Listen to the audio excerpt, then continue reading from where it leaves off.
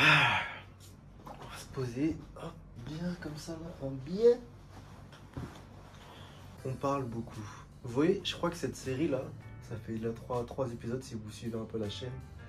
Je crois que je vais la transformer en podcast les gars, parce que j'ai toujours rêvé d'avoir un podcast sur Spotify du coup. Mais il faut payer des trucs et tout pour pouvoir les mettre sur les plateformes. Et je vous le rappelle, je suis broke, I'm broke. Aujourd'hui, on va parler, les gars, on va parler de plusieurs sujets. En commençant par vous rappeler hier, quand je vous ai dit je suis broke. Et que j'avais deux comptes du coup, j'avais le thaï et le français. Tout à l'heure, je viens de réaliser que ma carte bancaire française, elle expirait le 1er mai. Le 1er mai, c'est dans quelques jours. Parce qu'on est déjà fin avril là. Je fais comment? Donc en plus d'être broke, j'ai plus d'argent? Non, vous en faites pas, j'ai réussi à régler, je me suis pris une nouvelle carte, donc ça va. Vous voyez, aujourd'hui, je me suis dit, mais attends, mais... Vous voyez les gens beaux, genre vraiment, quand tu les vois, t'es en mode, waouh. Mais en fait, eux, c'est bien, mais en général, ils ont pas trop de personnalité, donc... Je pense, ce qu'ils devraient faire, c'est travailler sur leur personnalité. Mais est-ce que vous avez déjà vu une personne belle ou beau, une personne belle du coup, parce que c'est une personne, enfin, bref, voilà, travaille sur sa personnalité? Non. C'est toujours en mode, ouais, je suis belle ou je suis beau et je m'arrête à là, tu vois. Alors qu'en vrai, ils devraient travailler sur leur personnalité.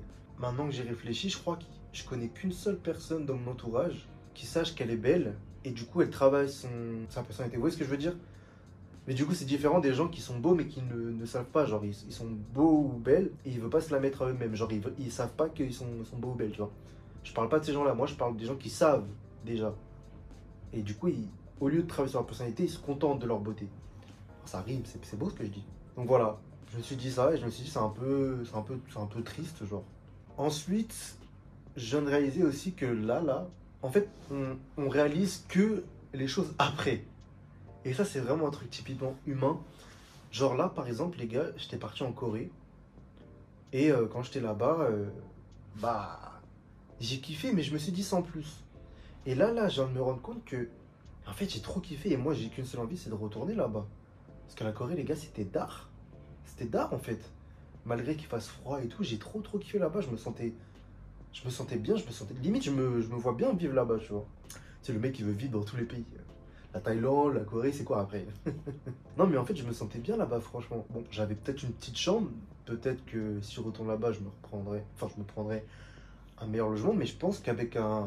Ouais, si je me serais pris un meilleur logement, j'aurais trop kiffé de fou là-bas. Je me serais rendu compte. Mais là, une fois que je suis retourné là, je me rends compte que. Bah, c'était trop bien la Corée, j'ai trop kiffé. C'est trop marrant de se dire que. Bah, on se rend compte après coup, c'est trop chiant, mais c'est humain. Qu'est-ce que vous voulez que je vous dise? Là, on va parler d'un truc très sérieux. Oui, là, dans ce podcast, on change beaucoup de position. Je fais ce que je veux, c'est le mien. Oui, maintenant, j'ai décidé, c'est un podcast. Et alors? Bref, je me suis toujours posé la question, vous voyez, je vais l'appeler l'effet star. Vous voyez, l'effet star, c'est quoi, selon moi, parce que je viens de l'inventer? Vous voyez, toutes les célébrités là qu'on connaît. Ariana Grande, Justin Bieber, Miley Cyrus, enfin bref, tout le monde là. Ils ont tous commencé par faire des vidéos très jeunes. Vous voyez, vers à l'âge de 10-11 ans, ils postaient déjà des vidéos sur YouTube en train de chanter ou en train de faire du acting, enfin bref, ils faisaient beaucoup ça. Et moi, je me suis toujours posé la question, mais si mes parents, ils m'auraient pas interdit, parce que moi, les gars, je vous explique, j'ai eu mon premier téléphone à l'âge de tard, vraiment tard, vers 15 ans, je crois. 15 ans, 14-15 ans, j'ai eu mon premier téléphone. Et encore, c'est un peu tard, tu vois. Et je me suis toujours dit, mais si j'aurais commencé YouTube tôt, si j'aurais eu un téléphone, et j'aurais forcément commencé YouTube, les gars. C'est obligé. Si j'aurais commencé YouTube tôt, est-ce que maintenant, ça aurait changé quelque chose? Est-ce que je serais quelqu'un, tu vois? Peut-être j'aurais été quelqu'un. Et je me suis toujours posé la question, mais est-ce que je devrais en vouloir mes parents? Ou est-ce qu'au final, c'est bien parce que maintenant, j'ai des valeurs, je ne suis pas non plus addict à mon téléphone, enfin, tu vois? Donc, mon cœur, il est tranché. Mon cœur, il est tranché. Évidemment, je serai éternellement reconnaissant à mes parents parce que bah, maintenant, j'adore dessiner, J'adore, j'ai fait du pliage, j'ai fait, vous voyez, les avions, tout ça, les cocottes. J'adore la décoration, j'adore la mode, j'adore la nature, je joue avec des insectes. Enfin bref, la magie. J'ai appris la magie, les gars, parce que j'avais pas de téléphone. Donc il fallait bien que je m'occupe. Enfin, voilà, j'avais beaucoup d'occupations. Et c'est grâce à mes parents, ils m'ont interdit de toucher à un truc électronique. Le seul truc que j'avais, les gars, c'était un vieux MP3, mais vous savez, juste vous écoutez de la musique et vous enregistrez des musiques sur YouTube. Donc moi, j'avais juste ça. Et ma première tablette, d'ailleurs, j'ai pas eu un téléphone au premier, j'ai eu une tablette, mais c'était une tablette Nexus, je sais plus. Je crois que c'est Nexus. Vous connaissez même pas la marque, sûrement. Mais c'était une vieille tablette, ça ressemblait un peu à une tablette Samsung. Elle était assez grosse. Et c'est le premier truc technologique que j'ai reçu. Et je me rappelle, j'avais installé juste Subway Surfer et Temple Run. Enfin, bref, j'avais installé voilà les jeux. Et ouais, ça, je l'ai eu, les gars, je l'ai eu à 14-15 ans, je l'ai eu tard. Donc, je sais pas. Dites-moi si vous êtes vous connaissez quelqu'un ou alors vous-même, vous êtes dans le même cas que moi. Mais voilà, j'ai cœur partagé. Voilà. Je trouve ça super important. Voilà, c'est ça mon effet papillon. Maintenant, on va parler d'un sujet, les gars. Je vous préviens, ça va être un peu compliqué à entendre pour certains, mais j'aimerais parler.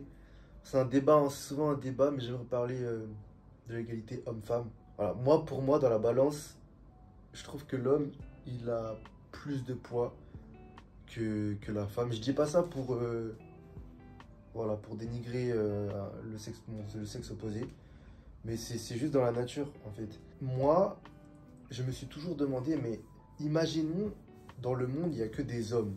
Ok, certes, je pense qu'il y aurait beaucoup de problèmes, mais on se débrouillerait bien plus qu'un monde entièrement rempli de femmes. Tu vois ce que je veux dire? Parce que, voilà, on a les muscles, on est plus débrouillard, je pense. Par exemple, regardez, si vous mettez une fille niveau 0 et un gars niveau 0, et vous leur dites de construire une maison avec leurs propres moyens, pas zéro aide, comme ça, niveau 0, allez-y, construisez une maison.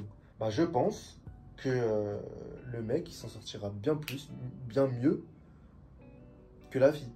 Parce que voilà, il peut porter des charges lourdes. Et même si vous faites très attention, on dit souvent, ouais, la place de la femme, c'est la cuisine, etc. Mais en vrai de vrai, si vous regardez les grands chefs de cuisine, c'est un monde rempli d'hommes, en fait, la cuisine, en fait, tout simplement. Il y a beaucoup d'hommes qui veulent devenir chef étoilé.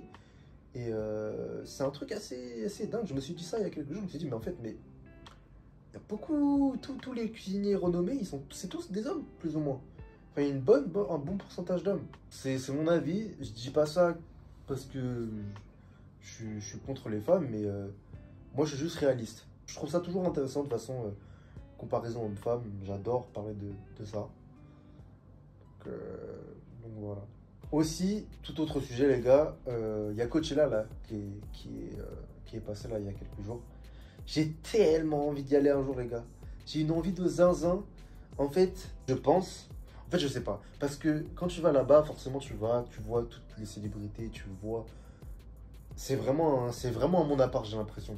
Je pense que si moi je vais là-bas, je sais pas. Je pense que j'irai plus dans le but de voir des célébrités, tu vois, plus que de vraiment kiffer. C'est ce que je veux dire. Et vraiment, j'irai là-bas plus en mode content. C'est ce que je veux dire, content creator. Genre vraiment, je pense que tous les youtubeurs, tiktokers, etc., quand ils vont à Coachella, c'est plus en mode ouais, j'y vais pour faire du contenu. Et pas forcément en mode ouais, j'y vais pour que kiffer. Tu vois ce que je veux dire? Je pense que la vibe est différente qu'un festival random, tu vois. Je pense que Coachella, c'est vraiment devenu voilà, je pense que c'est vraiment devenu un truc de prestige. Ça a toujours été un truc de prestige en vrai de vrai. D'ailleurs, je sais même pas je sais même pas si les invités c'est que des personnes de renom. Je sais pas si c'est que des stars en fait. Je sais pas si des personnes normales peuvent y aller à Coachella. Enfin, je pense qu'ils peuvent y aller, mais ils doivent payer une certaine somme très élevée. Et ouais, je pense que c'est vraiment un truc très premium. Et le jour où je serai là-bas, les gars, c'est que je serai devenu quelqu'un. Ouais, voilà, Coachella, ouais, c'est un truc de fou, hein. En plus, si vous avez regardé un peu, tous les artistes, ils ont vraiment proposé leur nouveau son, etc. Billie Eilish, Le Seraphim, Sabrina Carpenter. Il y a même Will Smith, il a fait son apparition sur scène. Enfin bref, là-bas, il y a des exclus, il y a des trucs de fou qui se passent. Et je trouve ça trop bien. Je trouve ça trop bien. Donc voilà, Coachella, vrai bail. Vrai bail. Ça vaut la hype. Ça vaut la hype. Moi qui est contre la hype en général, j'avoue que Coachella, j'aime beaucoup. J'aime beaucoup. Ah oui, attendez, je me permets de rajouter un truc. En tant qu'homme, ça fait super longtemps que j'ai pas pleuré, genre. Et je pense demander à n'importe quel homme, ouais, quand est-ce que t'as pleuré, ils vous répondront, oh, je sais même plus parler. Ils vous répondront, waouh, ils vous répondront, ah, ça doit faire sûrement, ah, je sais pas, peut-être un an, un truc dans le genre. Ils seront même pas capables de vous dire quand parce que ça fait tellement longtemps et ça prouve encore une fois que l'homme, il est fort naturellement parce que, alors ça, bon, ça a été inscrit dans notre société où l'homme, voilà, il n'est pas censé pleurer, etc. Mais quand même, on reste des humains et je trouve ça fou que moi, en tant qu'homme, ça fait super longtemps que j'ai pas pleuré, les gars. Ça fait super. Ou alors, imaginons que vous me demandez à un mec, ouais, c'est quand que t'as pleuré, il vous répond, oh, ça doit faire peut-être hier. Peut-être qu'il a pleuré hier, mais ça doit être la seule fois depuis longtemps, tu vois. Et ça, moi, je trouve ça dingue. Encore une fois, c'est ce qui nous différencie entre guillemets des filles.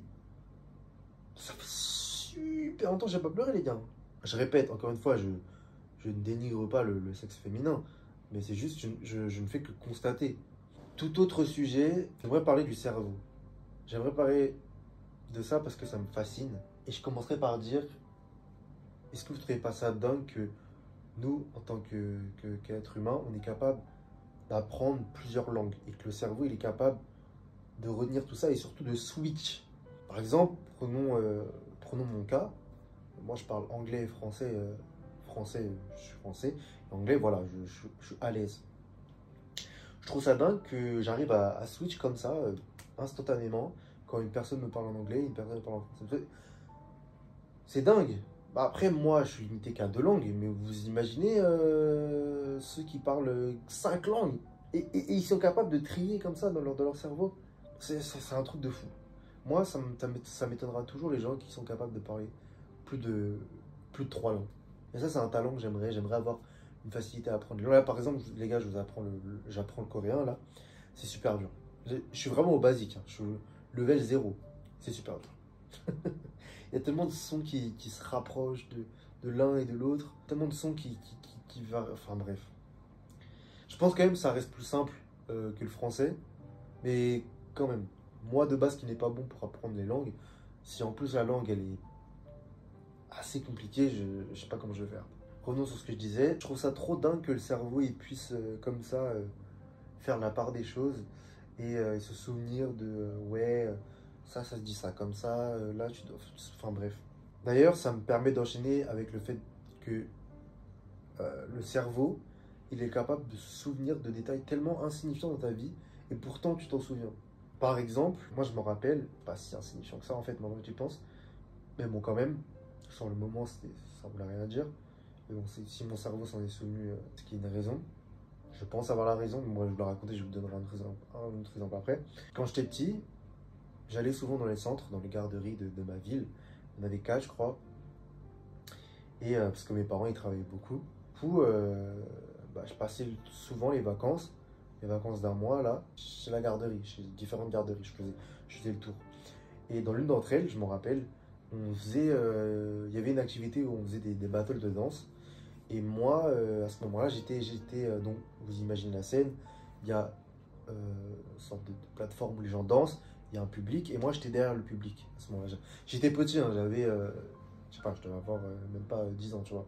Et donc j'étais derrière, et je me rappelle, je faisais des conneries. Je crois que je m'amusais à shooter dans des gobelets avec des balles. Au bout d'un moment, j'entends Hugo, viens danser. Et à ce moment-là, je me rappelle, j'ai paniqué de zinzin et en marchant vers. Parce que forcément, je respecte un adulte qui me donne un ordre à cet âge-là.